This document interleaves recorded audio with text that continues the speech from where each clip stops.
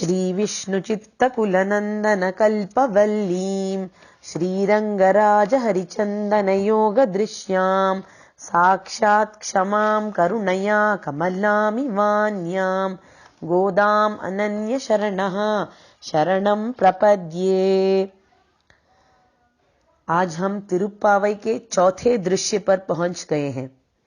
गोदा देवी ने अपनी सारी सहेलियों को उठा दिया है और इस श्री व्रत के लिए उन्हें लेकर वह कृष्ण के भवन के सामने जाकर खड़ी है, अंदर जाना चाहती है और इस 16वें पासुरम में अंदर जाने की अनुमति मांग रही है, द्वारपालकों से अनुमति मांग रही है।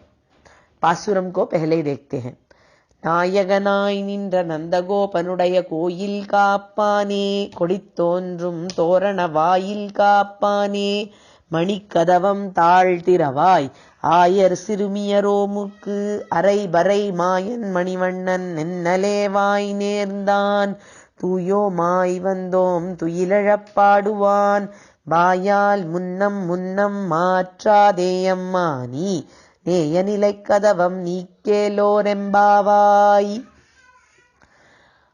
गोदा देवी हमें यह दिखलाती है कि जब किसी से अनुमति मांगना हो तो उसकी प्रशंसा करके अनुमति मांगनी चाहिए।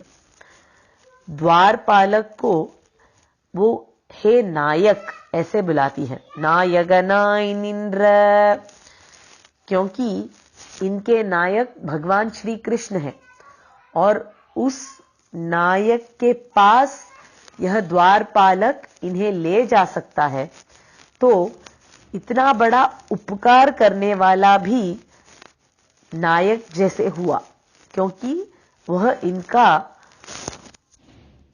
मार्गदर्शी हुआ। तो इसे नायगनाय निंद्र नंदगोपनुடைய कोயில் कापान, हे तुम नायक जैसे हो, नंदगोप के द्वारपालक, ऐसे उसको बुलाते हैं।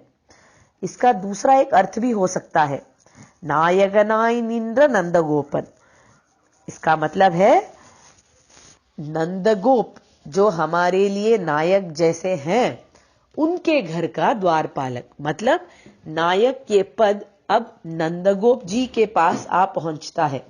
नंदगोप जी भी इनके लिए नायक जैसे ही हुए, क्योंकि इनके नायक कृष्ण के नायक नंदगोप थे, पिता थे। पिता भी मार्गदर्शी होते हैं, इसलिए नायक होते हैं। तो कृष्ण के नायक इनके लिए भी नायक जैसे ही हुए। तो उस नायक नंदगोप के घर के द्वारपाल, हे द्वारपाल हमें अनुमति दो, ऐसा बोलती हैं ये गोपियां। यह द्वारपाल बहुत ही खुश होकर इन्हें अनुमति दे देता है। अब एक द्वार को पार करके ये लड़कियां अंदर जाती है दूसरे द्वार के पास। इस द्वार के पास एक ध्वज है और उस ध्वज के पास वाले द्वारपालक को ये लड़कियां आवाज देती हैं, कोडितोन्रुम तोरण वाइल कापाने। तोरण वाइल का मतलब है ध्वज वाला द्वार। वहां के वाइल का पान, द्वारपाल को ये लोग आवाज देती हैं। अब नंदगोप जी के भवन के सामने क्या ध्वज था, ऐसा देखा जाए तो कहते हैं लाल रंग का ध्वज था। और लाल रंग का ध्वज ये वैद्यों के घर में होता है। वैद्य जो रहते हैं उनके घर के सामने लाल ध्वज फहलाता है। लाल ध्वज देखा तो इसका मतलब है उधर वैद्य जी मिल जाएंगे। नंदगोप ये गोकुल के बहुत बड़े वैद्य थे, क्योंकि गोकुल की गोपियों को अक्सर एक बीमारी लग जाती थी। अगर 4-5 दिन कृष्ण को देखा नहीं तो वे एकदम दुबली पतली हो जाती थी। और इसका उपाय क्या था? एकमात्र पर्याय था कि आकर कृष्ण को देख ले। तो वे नंदगोप के भवन के सामने आकर खड़ी हो जाती थी और नंदगोप जी उन्हें कृष्ण को दिखा देते थे। तो देखते ही वे ठीक हो जाती थी, पौष्टिक हो जाती थी। तो गोकुल के बहुत बड़े वैद्य थे नंदगोप जी, तो उनके द्वार पर लाल ध्वज लटक रहा था। तो उस ध्वज के पास के द्वारपाल को ये लड़कियां अनुमति मांगती है। तो वे द्वारपाल कहते हैं, मैं लड़कियों पर, औरतों पर भरोसा नहीं करता, क्योंकि कुछ दिन पहले एक औरत आई थी, बिल्कुल हमारी यजमानी यशोदा देवी जैसी ही लगती थी। तो मैंने सोचा यशोदा देवी है और अंदर छोड़ दिया। पता चलता है थोड़ी देर में कि बहुत बड़ी राक्षसी घुस गई है घर के अंदर, पूतना नाम की। पूतना यशोदा का बेस लेकर आ गई थी। तब से मेरा भरोसा उड़ गया है औरतों में से, मैं छोड़ूंगा नहीं, ऐसा कहता है। तो ये लड़कियां कहती है, अरे वो तो औरत थी, राक्षसी थी, हम लोग कौन हैं? आयर सिरमियरोम, हम लोग छोटी छोटी लड़कियां हैं, गोपियां हैं। गोपियों को अक्सर ज्यादा सोच नहीं होती थी, सोचती नहीं थी वे ज्यादा। जो काम हाथ में आता था, दिखता था, कर लेती थी।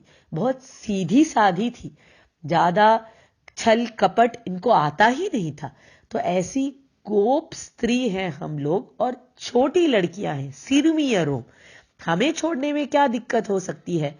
ऊपर से हम लोग खुद भी नहीं आए। कल हमारा कृष्ण से बात हो गया था कि हम व्रत करने वाले हैं, और कृष्ण ने कहा था कि व्रत के लिए जो भी सामग्री चाहिए मैं दे देता हूं, आ जाओ। उसी ने कहा था, अरई बरई मायन मणिवण्णन नन्नले वाई नेरनान नन्नले, मतलब कल ही वाई नेरनान मुंह से कहा था। किसने? मायन मणिवण्णन, यह मायावी मणि जैसे वर्ण वाले कृष्ण ने कहा था। मायावी क्यों हो गया अभी? क्योंकि कल बात करके अब सो रहा है, तो इसे मायावी बुला रहे हैं।